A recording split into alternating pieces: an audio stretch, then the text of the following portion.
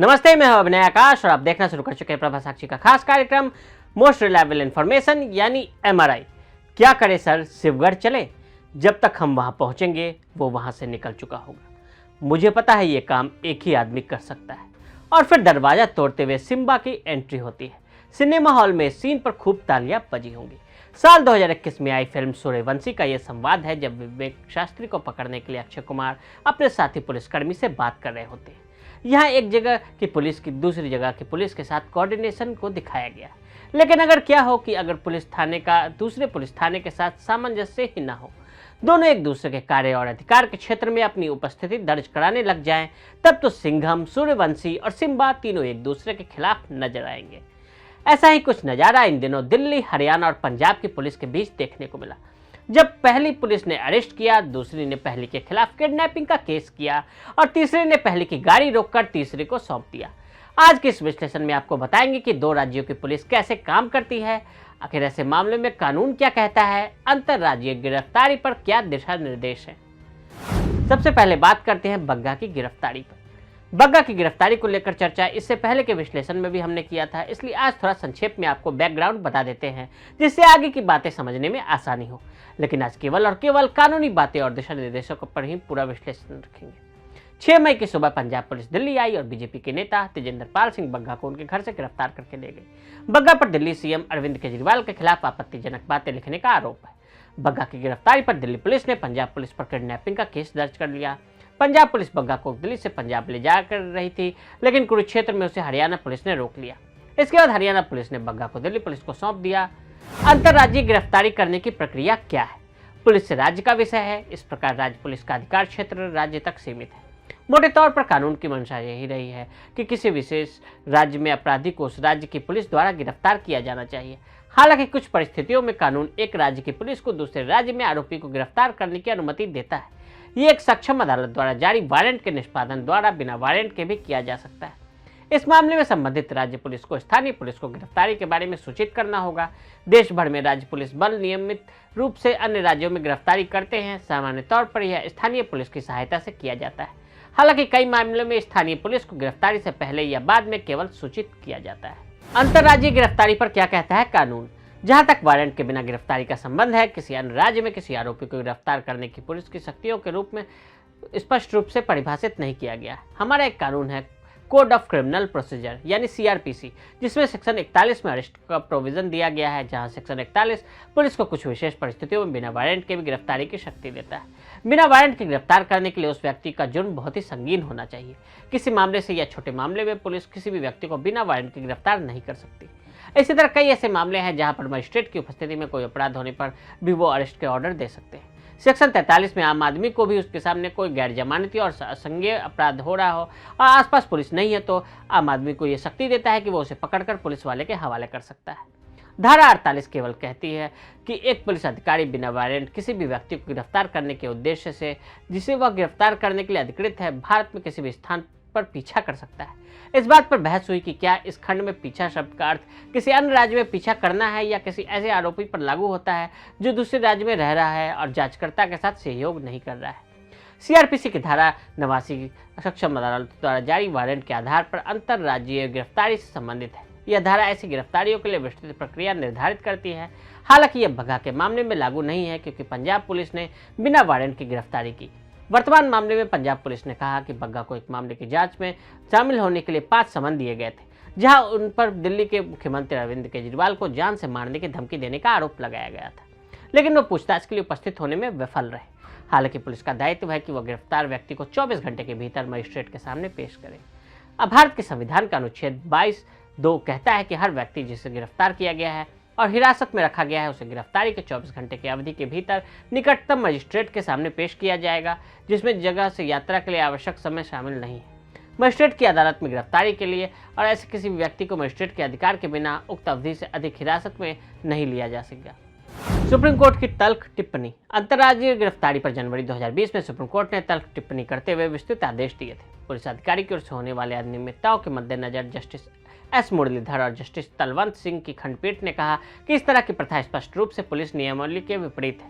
यदि इस तरह की कार्रवाई अनियंत्रित हो जाती है तो ये पुलिस बल द्वारा अराजकता को अनदेखा करने जैसा होगा। कानून के शासन द्वारा शासित देश में ये अस्वीकृत है। एक मामले की सुनवाई करते हुए दिल्ली उच्च न्यायालय ने ऐसे मामलों में न्यायालय द्वारा गठित प्रस्तावित सिफारिशों को लागू करने का आदेश दिया था। 2019 में संदीप कुमार बनाम राज्य दिल्ली सरकार की एनसीटी मामले में दिल्ली उच्च न्यायालय ने अंतर्राज्यीय गिरफ्तारी के लिए कुछ दिशा निर्देश जारी किए। उसमें कहा गया कि एक पुलिस अधिकारी को किसी अपराधी को गिरफ्तार करने के लिए दूसरे राज्य का दौरा करने के लिए अपने वरिष्ठ अधिकारी से लिखित या फोन पर अनुमति लेनी होगी। उसे इस तरह के कदम कारणों को लिखित रूप में दर्ज करना होगा और पहले आकस्मिक मामलों को छोड़कर अदालत से गिरफ्तारी वारंट प्राप्त करने का प्रयास करना होगा। रिटायर्ड जस्टिस एसपी गर्ग और रिटायर्ड आईपीएस अधिकारी कमलजीत देओल की कमेटी बनाई गई। कमेटी ने कुछ दिशा निर्देश सुझाए थे जो सीआरपीसी की धारा 48, 77, 79 और 80 पर आधारित थे। उस पर अमल होता तो आज जो शायद हुआ वो उसकी नौबत ही न आती। अंतर्राज्यीय गिरफ्तारी पर दिशा निर्देश। पुलिस अधिकारी को मामला सौंपे जाने के बाद जांच करने के लिए राज्य क्षेत्र से बाहर जाने के लिए लिखित में या फोन पर उच्च अधिकारियों की अनुमति लेनी होगी। ऐसे मामलों में जब पुलिस अधिकारी गिरफ्तारी करने का फैसला करता है तो उसे तथ्यों को दर्ज करना होगा, लिखित रूप में कारणों को दर्ज करना होगा, इस संतुष्ट का खुलासा करना होगा कि गिरफ्तारी जांच के उद्देश्य के लिए जरूरी है। पुलिस को सीआरपीसी की धारा 78 और 79 के तहत गिरफ्तारी तलाशी वारंट की मांग करने के लिए क्षेत्राधिकार मजिस्ट्रेट से संपर्क करना होगा, सिवाय ऐसे मामले को छोड़कर जब आरोपी के भाग जाने या सबूत के गायब होने की संभावना हो। राज्य से बाहर जाने से पहले पुलिस अधिकारी को अपने पुलिस स्टेशन की दैनिक डायरी में एक विस्तृत डिपार्चर एंट्री बनानी होगी। इसमें उसके साथ आने वाले पुलिस अधिकारियों और निजी व्यक्तियों के नाम होने चाहिए, वाहन संख्या, आने का उद्देश्य, प्रस्थान का समय और तारीख सब कुछ डिटेल में दर्ज होनी चाहिए।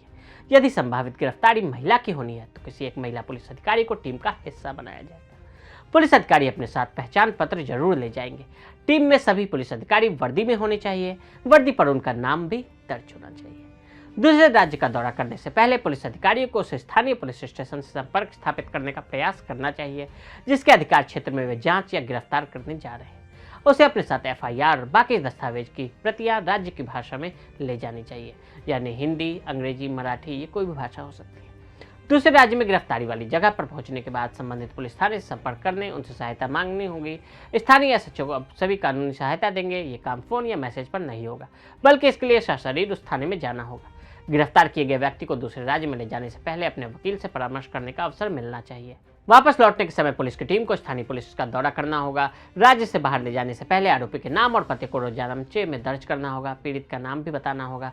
वापस लौटने पर पुलिस अधिकारी को डेली डायरी में उसके द्वारा दी गई जांच, गिरफ्तारी, व्यक्ति से बरामद वस्तुओं को इंगित करके अपने वरिष्ठ अधिकारियों संबंधित एसएचओ को भी तुरंत इसकी सूचना देनी होगी।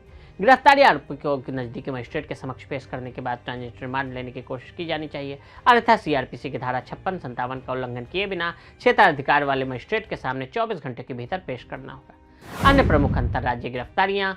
पर्यावरण कार्यकर्ता दिशा रवि का मामला इस संदर्भ में अक्सर चर्चा में रहा। दिल्ली पुलिस ने 2021 में किसानों के विरोध प्रदर्शन के मामले में टूल किट के प्रचलन से संबंधित मामले में रवि को बेंगलुरु से गिरफ्तार किया। रवि को हिरासत में लेने के बाद बेंगलुरु पुलिस को सूचित किया गया था। दिल्ली पुलिस की कार्रवाई के खिलाफ बेंगलुरु में विरोध प्रदर्शन भी हुए थे। उसी वर्ष यूपी पुलिस ने चेन्नई में एक 60 वर्षीय व्यक्ति मनमोहन मिश्रा को सोशल मीडिया पर प्रधानमंत्री नरेंद्र मोदी के खिलाफ कथित रूप से आपत्तिजनक टिप्पणी करने के लिए गिरफ्तार किया था। पिछले महीने गुजरात के विधायक जिग्नेश मेवानी को उनके द्वारा किए गए एक सोशल मीडिया पोस्ट के सिलसिले में गुजरात में असम पुलिस ने गिरफ्तार किया था। गुजरात पुलिस ने कहा कि उन्हें मेवानी की गिरफ्तारी की कोई पूर्व सूचना नहीं थी। उसे बनासकांठा जिले के पालनपुर सर्किट हाउस से उठाया गया, फिर औपचारिक रूप से पुलिस स्टेशन में गिरफ्तार कर लिया गया। बनासकांठा के एसपी अक्षय राज मकवाना ने इंडियन एक्सप्रेस को बात करते हुए बताया कि असम पुलिस ने उसी रात हमें सूचित किया था कि मेवानी को उसके खिलाफ असम में दर्ज एक प्राथमिकी पर आईटी अधिनियम की धाराओं के तहत गिरफ्तार किया जा रहा है। प्रक्रिया के अनुसार उसे पालनपुर के संबंधित पुलिस थाने में ले जाया गया। इससे पहले 2013 में दिल्ली पुलिस ने हिजबुल मुजाहिदीन के पूर्व आतंकवादी लियाकत शाह को यूपी में भारत नेपाल सीमा के हथियारों के जखीरे के साथ गिरफ्तार किया और दावा किया था कि वह दिल्ली में आतंकवादी हमला करने वाला था। राष्ट्रीय जांच एजेंसी द्वारा बाद की जांच में पाया गया कि दावे मनगढ़ंत थे। यह भी मुद्दा उठाया कि शाह को यूपी की एक अदालत में पेश क्यों नहीं किया गया जहां उन्हें गिरफ्तार किया गया था। बग्गा की गिरफ्तारी जैसे विवादों का नतीजा क्या हो सकता है? पुलिस सूत्रों का कहना है कि बग्गा मामले में घटनाओं का मोड़ दुर्भाग्यपूर्ण था और भविष्य में पुलिस अभियानों पर इस पे इसका असर हो सकता है।